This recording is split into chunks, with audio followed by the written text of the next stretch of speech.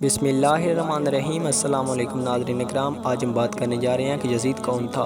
Video شروع کرنے سے پہلے آپ سے ایک عرض ہے کہ ہمارے چینل کو سبسکرائب کیجئے۔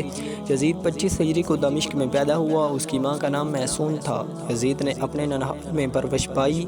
یزید اول درجے کا شرابی تھا۔ اس کا قبیلہ ناچ گانے کا دل دادا تھا۔ یزید رات کو شراب پیتا اور اسی حالت میں صبح ہو جاتی، اور صبح کو شراب پیتا اور رات ہو جاتی۔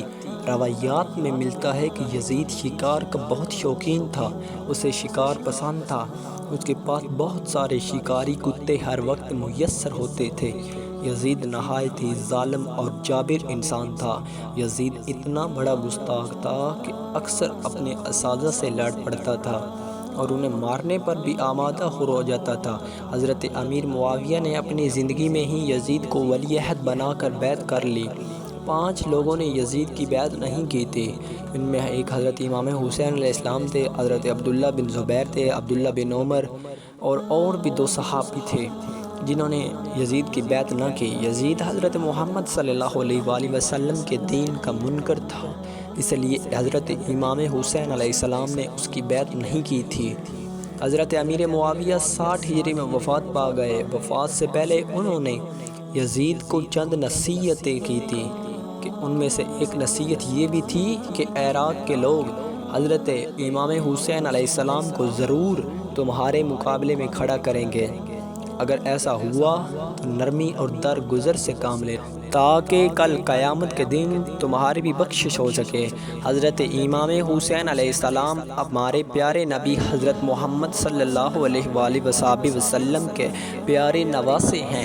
اب حضرت امیر معاویہ کا وصال ہوا تو یزید تخت پر بیٹھ گیا، اور سب سے پہلے اس نے مدینہ کے گورنر ولید بن عقبہ کو خط لکھا اور حضرت امیر معاویہ کے وصال کی خبر دی، اور ساتھ یہ بھی کہا کہ جتنی جلدی ہو سکے تم حضرت امام حسین علیہ السلام اور ابن زبیر سے بیعت لے لو، اور عبداللہ بن عمر سے بھی۔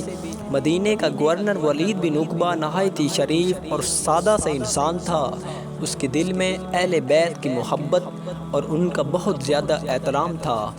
اس نے مشورے کے لیے مروان بن الحکم کو بلایا۔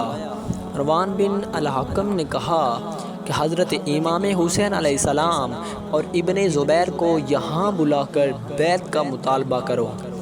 اگر وہ مانے تو ٹھیک ہے، اگر نہ مانے تو معاذ اللہ ان کی گردنیں اڑا دو۔ اس پر ولید نے کہا ایسا کرنا ضروری ہے؟ اس پر مروان نے کہا نہایت ہی ضروری ہے، جتنا ضروری سمجھ سکو اتنا ضروری ہے۔ اگر تم نے ایسا نہ کیا تو یہ تمہاری گردن اڑا دیں گے۔ یزید تاریخ میں نہایت ہی ظالم شخص مانا جاتا ہے۔ اس نے تخت نشین ہوتے ہی خطبہ دیا تھا کہ میرا باپ حاکم تھا مگر وہ نالائق تھا۔ یزید نے ظلموں کی تاریخ رقم کی۔ اس نے اہل بیت کا خون بہایا، اہل بیت کے ساتھ ظلم کیا۔ اس کے دور میں جو شراب زنا عام ہو گیا تھا۔ یزید کربلا جیسے دردناک سانحے کا ذمہ دار ہے۔ اس نے اپنی بادشاہی کے لالچ میں نواسہ رسول حضرت امام حسین علیہ السلام اور ان کے جانثار ساتھیوں کا خون بہایا، اور تاریخ میں یہ بھی لکھا ہے کہ یزید نہایت ہی بری موت مرا ہے۔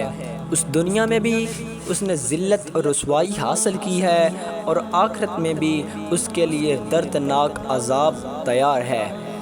اللہ تعالیٰ سے دعا ہے کہ وہ ہمیں ان سب برائیوں سے بچنے کی توفیق عطا فرمائے اور نبی کریم کا سچا پکا امتی بننے کی توفیق عطا فرمائے۔ امید ہے دوستو ویڈیو اچھی لگی ہوگی۔ ویڈیو اچھی لگے ویڈیو کو لائک کیجیے، چینل کو سبسکرائب کیجیے، کمنٹ میں اللہ محمد کا نام لکھیے۔ تب تک کے لیے اللہ حافظ۔